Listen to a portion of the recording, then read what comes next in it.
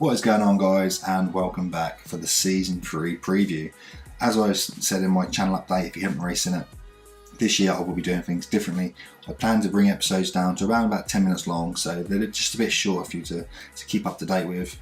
I do like the smaller details of the game, and I know some of you do also, which is why I do want to cater for everyone's interests, and I will continue to provide the smaller detail. However, I will be releasing those smaller detail episodes, like today for example, as a separate episode before the main episode. So for that reason, if you do like these smaller details and you want me to continue making these separate from the episode, do leave a like and comment. Let me know what you guys think. Is this the right way of doing things? I believe it will be. I'm creating more work for myself essentially, but obviously I want to keep you guys happy. That is the main part of obviously doing this. So this is the first screen we're going to look at for the pre-season. Transfers out, we made only 245,000. We sold Caden Jackson and Joe Walsh, and out on loan Dobra, Harry Clark and Burke. Players we brought in are Freddie Woodman, a goalkeeper we signed from Newcastle. His contract was coming to an end. Look at his attributes, fantastic signing. He's going to hopefully be a long-term first-team goalkeeper. Białkowski, 32 years now? He's probably got 3-4 years left in him. Freddie Woodman is the ready-made replacement in my eyes, and being a 4-star potential goalkeeper, he should be one for the future. We also brought in another goalkeeper in Paul Bernardino, signed from Bordeaux for 2.5 million. Again, attributes looking good. Arguably looks a little bit better than Freddie Woodman. However, Woodman being English as well, I do want to favour Woodman. Paul Bernardino, I am looking to try and get a loan for him so he gets game time this year and continues to improve his attributes, but so far no one has come in for him. Fonseca, as we know from the end of the season, we signed on a free transfer. I'm so delighted to bring him in, valued at 6.25 million. I mean, if he doesn't do well this year and he's not going to be part of our future, at 6 million we could look to move him on and make a nice hefty profit on that signing. Harry Clark, someone we've loaned out, as you've already seen, is a player we brought in from Arsenal. If you're not familiar with Ipswich and our youngsters, then he is a player we used to have on our books back in 2015. He was part of our youth academy. Arsenal pinched him for £100,000 on the pre-contract agreement. It's a load of rubbish, I think.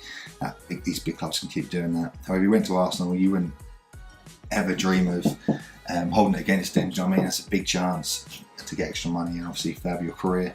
However, his contract comes to an end and we have signed him on a free. I did sign him sort of in the dark, not really knowing his potential ability. On another save I've seen he is highly rated, but obviously save to save that can fluctuate and change. He is still 4-star potential ability with potential to be a championship player, so he should still be a half decent midfielder. We have loaned him out though, so he's not going to feature too much this season, so hopefully he can come back with his attributes improved. Next signing was Ben Davies. We wanted to improve the centre-back area this year. We've sort of shot into the left-footed. We want another left-footed centre-back, and Ben Davies was that man we brought in. At 24 years old, he's just a bit more experienced. Something I wanted in the squad. His personality is not as good as I would have liked, but 14 determination, 12 leadership. He looks solid, good attributes, and I think he's going to be a good player for us this year. Scott McTominay was the next player we brought in. We brought on loan from Manchester United. As you can see here, he played for Crystal Palace last year on loan in the Championship, playing 42 games, scoring 5 goals with 2 assists and 2 Player of the Match awards. Scott McTominay is our second loan signer from an English club this year. We haven't got Kyle Walker-Peters on his list for some reason. We have signed Kyle Walker-Peters on loan again for the year. So with those 2 players signed, that of course means we are taking up our restriction of 2 season-long loans domestically. So that meant anyone more bolstering on loan would have to come from abroad. With nearly 9 million spent on these players, that was about as much as I wanted to spend, because obviously I want to build foundations here to increase the finances. So for that reason I have favoured loan signs this year to just give a little bit more squad depth. Gil Diaz comes from AS Monaco on loan. He's a right-sided, inside forward, left-footed, good attributes. I think he's going to be a good player for us this year. Be interesting to see if he can push Madison out of the first team squad. Certainly he's going to be featuring a lot. The next player brought in was again from AS Monaco. This time it's a striker called Pietro Pellegrini. And if you're not familiar with him, I recommend you search him on your game. 19 years old, he's looking like a very good striker at the moment. Obviously, we are 2 years in. His attributes look decent, and I'm a bit worried for Falami, because obviously I want to play Falami. He fits our homegrown vision, and obviously he has been scoring a lot of goals. But if Falami doesn't start off the season on firing on all cylinders, then I think Pellegrini could come in and replace him. I hope Falami does prove me wrong. Keeps on proving me, because he's proved me wrong before. I don't think he's going to do as well as he has done. So as long as he keeps on proving me wrong, then he should be fine. But Pellegrini should be good competition for Falami this year. Next signing we bought was Andre Almeida, bought in on loan from Benfica. Obviously we've got Walker Peters and Fonseca on the right, and then Empis and Kenlock on the left. I did say in last year left back was an area I wanted to improve, because both players are only 2.5 star ability. However, in the end I've decided to bring in Andre Almeida. He is familiar with both left and right sides. Although he's predominantly right footed, he can play both wing back positions, so he'll be good cover if we do lose one or two players in either wing back position. Bloody hell. Final player we brought in on loan was Unai Lopez, of course, a player who's been a wonder kid and football manager for years. His attributes, they aren't amazing, however he's familiar with the attacking midfielder role, although he does prefer playing as an advanced playmaker. Obviously we've got Dazelle and Zlatan as attack midfielders this year. I want to keep playing Dazelle, especially because he's homegrown. But Zlatan's come in and done well. However, I'm a bit worried about Dazelle at the moment, because his determination is still stuck down on 5. I think I may have messed up his progression for the rest of his save. So I brought in Unai Lopez to see how he gets on, because if Dazelle and Zlatan don't cut it this year, then we've got someone that is familiar with the role that should step in and do a good job. With those transfers in mind, this is our finances now for the year. We are on 4.5 million overall balance. As we go on projection, we can see we are finished in the season with 37 million, which is a nice, decent profit this year. It's something I'm big on. I want to keep the finances strong. We have had to bolster the wages a hell of a lot this year. Herbie Kane's now on 29,000. Ben Davies on 26. Barkowski's on 22. Watmore's on 21. Madison's on 20. Dazelle's on 18, Falami's on 17. All these wages have gone up. Obviously, we want to keep the players here. So I think if we start off well and we're pushing sort of mid-table, then we're going to have to keep on improving these contracts, which is in turn going to see the finances drop a little bit. If we just look on the board expectations here, we can see that we are expected to fight bravely against relegation. Certainly it's our aim to stay up. I believe we can. I think it's going to be tough, and it's going to be a lot of defeats this year, but I think as long as we can get results against those sides that are going to be there or thereabouts down our end of the table, then we should be fine. In the FA Cup, we're expected to finish in the fourth round at least. Carabao Cup, we're expected to reach the third round. Of course, this year we entered the Carabao Cup in the second round, so that gives us a little bit more time just to concentrate more on the league. As far as pre-season goes, we've had a pretty decent pre-season. I wanted to put us up against a lot of strong opposition this year to test us out before we play these big Premier League games. Of course, we start against Liverpool and then play Tottenham. Tonight's episode is going to be solely Liverpool, so it'll be probably be less than 10 minutes tonight, I reckon. But pre-season, we've played Sporting Lisbon. We drew 1-1. If we have a quick look at the match stats here, we can see that we did dominate the game and done very, very well. Petr Cech starting goal for Sporting Lisbon, and Dost up front, 2 players that stick out for me as part of the lineup. They've had a strong squad. We then played Benfica and we won 1-0. Brilliant result. Tristan in the goal. Again, we dominated the game.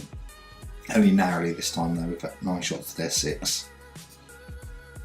We then played Leverkusen, drew 0-0. Again, big team, big German team. We've done well to keep them at bay, and 0-0 I think is a good result for us. We then played Villarreal as we ended our pre-season on the pre-season tour of Spain. Gil Diaz scoring 2 today, with Pellegrini getting a hat-trick and Schotten getting the 6th.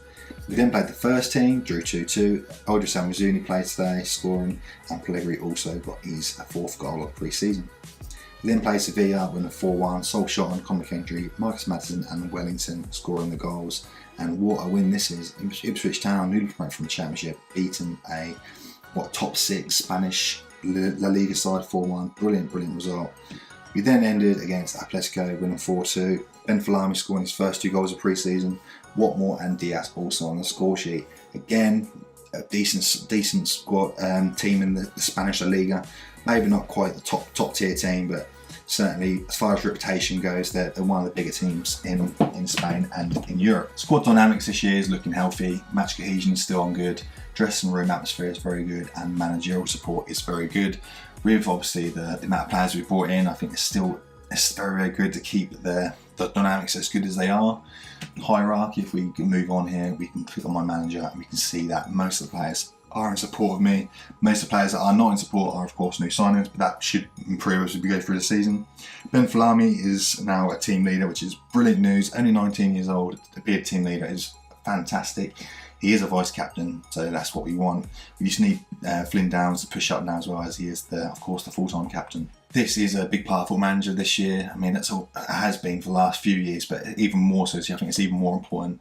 So we are hoping to get a few more of these hot influential players up in the highly influential and team leader sections. We look on social groups here, we can see that the majority of the squad make up the core social group.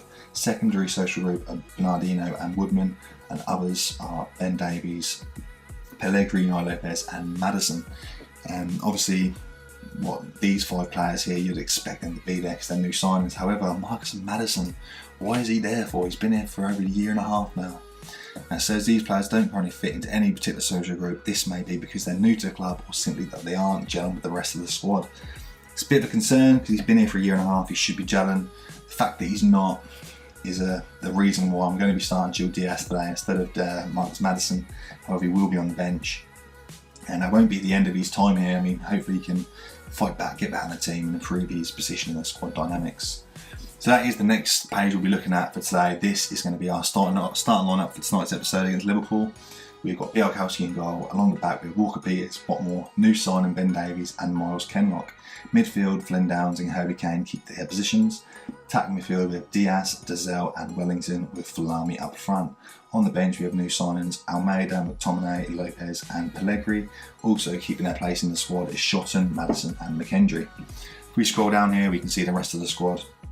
Empis has got a slight knock at the moment. He's going to be back in about 11 days, so that's good news. We've also got Fonseca, who's been injured for the last couple of weeks and has missed the last bit of pre-season, which means his sharpness has gone down. A lot of these players that aren't playing are available to play for the reserves to keep their sharpness up. Bernardino's want to make available as well, 9 minutes. And he is put on the loan list, I believe. Oh, but did he? He is put on the loan list, I believe. He is, yeah. So that is our squad for this year. We will be back tonight at 6:30 for the start of the new Premier League season against Liverpool. And let's hope they'll be walking on their own tonight. Come on, you Blues. Come on!